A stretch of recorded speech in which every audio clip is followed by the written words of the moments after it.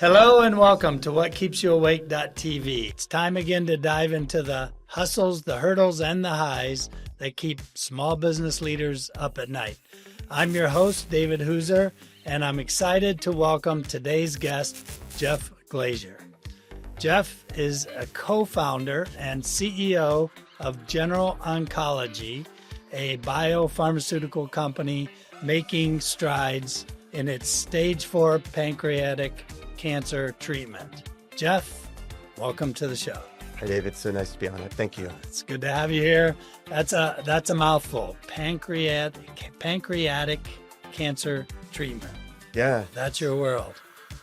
So what we're doing, actually, we're doing a lot of other stuff too. Yeah, that is one of them. So yeah, it's a particularly bad form. I mean, they're all bad, right? But that one has a very, very low survival. That's right. We're trying to help. All right. Difference. Well, welcome to the show, and let's get started with our foundational questions. So tell me, as a company leader who's advancing through the clinical trials stage of your business, what keeps you awake at night? I guess we already started. What keeps me awake? Yeah, what keeps me awake at night? As I was saying to you, it's funny. I actually do stay up a lot at night. I got conditioned by my kids to wake up at 2, 3 a.m. My older kid, who's 8 now, he did not sleep through the night for the first 4 years of his life. He'd wake up about 5 times a night. I'm not exaggerating. 5 times a night. Yeah. And he would want me to go in and stay with him for a while. So I got literally conditioned to be awake. Wake up at night, and I'll wake up at 3 a.m. and it's like fully awake. I'll open my eyes and it's like, I'm not going back to bed now, right? 2 hours. And so while I'm awake, I do think about General Oncology and how I'm gonna how things are move progressing forward. Yeah, because there's just always so many moving parts. So how'd you get started in this? What's the genesis of GEO? Yeah, so I got involved through. It's actually an interesting story. My uncle Arnie is the scientist and inventor behind it. Okay. And I've been following his work since I was in high school and was always very impressed with everything he was doing. I used to read everything he wrote, and I always wanted to get involved because I thought that he had some really special ideas. But it was in 2012 when his sister, my Aunt Sharon, was diagnosed with pancreatic cancer. Okay. All right. And at that time, she, as most of my family does, I fortunately don't, she has a BRCA mutation, which is a genetic mutation that increases your risk of certain types of cancers like pancreatic, breast, prostate, ovarian. And she had done everything she could to try to reduce her risk because of that gene, but she ended up with pancreatic cancer. She, at that time, had some proton beam radiation done at Mass General and surgical resection. And unfortunately, the cancer had spread to a particular lymph node. It was all clean by scan, but when they look at what they took out during surgery, they look at the lymph nodes that they resect. Okay. And there was a particular one, it's called the common hepatic artery node, and the cancer had spread there. And unfortunately, when cancer spreads there with stage 1, 2, or 3 pancreatic, it's, at least in published literature, is 0% survival. Zero. Wow. And there were no survivors in literature, at least. And Sharon herself is a physician. She looked at this and she didn't feel any reason to go through standard chemotherapy. So she turned to her brother Arnie and asked if, based on all of his work, he could come up with anything for her. Otherwise, she was just going to go on vacation because there was no point. So Arnie, and what he came up with is a alternative treatment to the chemo that was standard of care at that time? Or? Exactly, yeah. Okay. He actually used a treatment that would be similar to what you would use on a myeloma patient. Okay. It went against all standard thinking for solid tumors like pancreatic. Okay. But there were reasons that he believed that due to her BRCA mutation, the drug would work. It was very hard to find a hospital willing to treat that way. To deliver the treatment. Yeah, right. Tufts Medical Center did. Okay. And she's 13 years now post pancreatic cancer. Oh my God. Yeah. So she's a survivor of a 0% cancer. Yeah, it was the first time that someone with her type of cancer was treated with that drug. And it did everything it was supposed to do. And also by design, he chose that drug because it has no lasting toxicity, and that's exactly what we saw with her. Got it. So after that, But it's not just, I mean, the drug was available. the drug's available. It was the Yeah, it's a drug treatment called melphalan. approach that he Well, it was using deployed. the drug on BRCA-related Okay. pancreatic. Okay. She was stage 2B. These days it would be stage 3. It would not be expected to be as effective on something like stage 4, where the tumor burden goes up. Got it. And so what happened is, after Sharon's treatment, Arnie started to ask, how can we refine this in a way that would be effective against someone with a larger tumor burden, someone with stage 4 pancreatic? Got it. And he added some other drugs, came up with this very special combination that we eventually called GO4. Okay. And he had been engaged in private research all this time, and a former CEO offered to step back in, help raise money.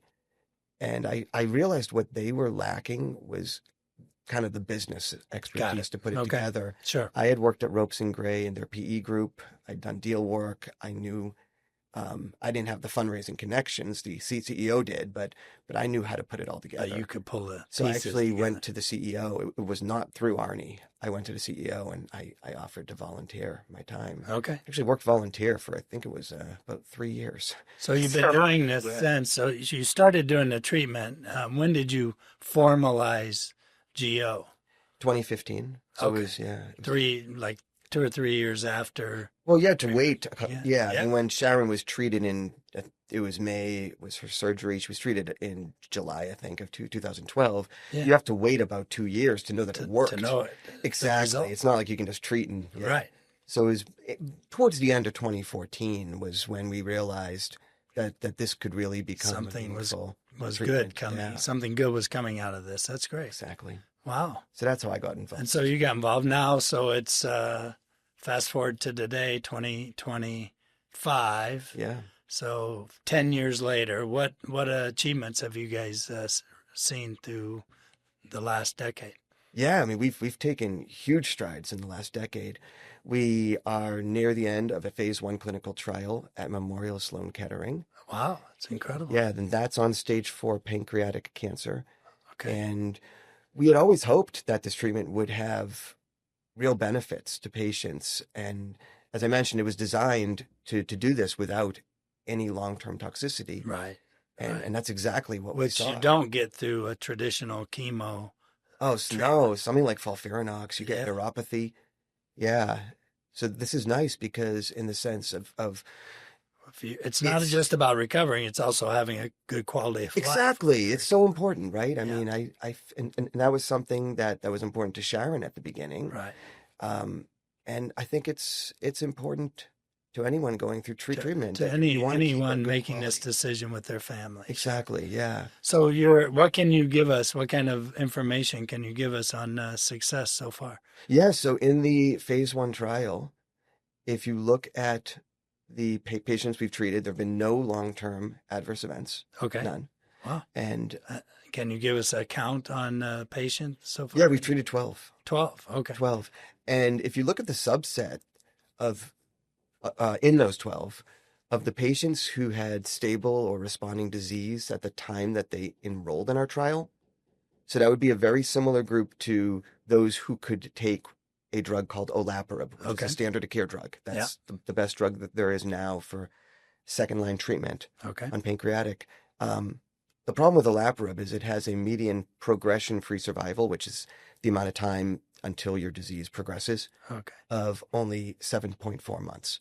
And we are at 14.2 months median progression-free survival. Okay. So we're roughly double standard of care. And it's not even an apples-to-apples comparison because the patients we're taking would be expected to have more drug resistance than the olaparib 7.4 months, which came from a trial called the POLO trial. Okay.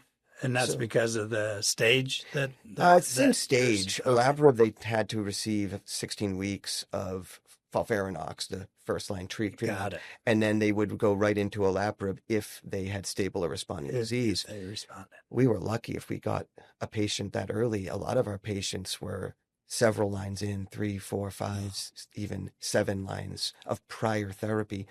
And unfortunately, the more lines of prior therapy you have, the higher amount of drug resistance you see. Right. So, so I think if we were to take patients who were only through FOLFIRINOX and went right into our treatment, we would hope that the median progression-free survival would be even more than the 14.2 months. But Right. the only way to know that is to run a trial on it. Okay. But yeah, I mean, I think what's exciting for us is that we've made a meaningful impact on the lives of patients.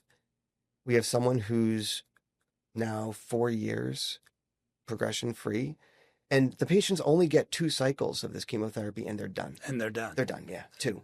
Wow. Whereas something like FOLFIRINOX are going in every few weeks ad infinitum until the toxicity is too much. Right.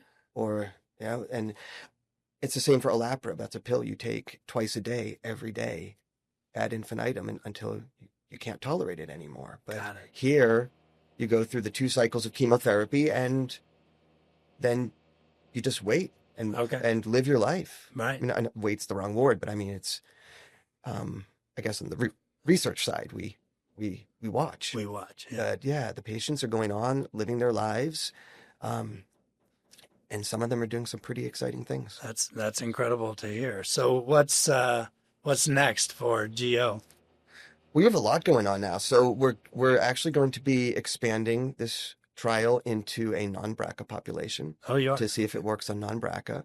We have a different drug candidate that we're developing. We call it JG1.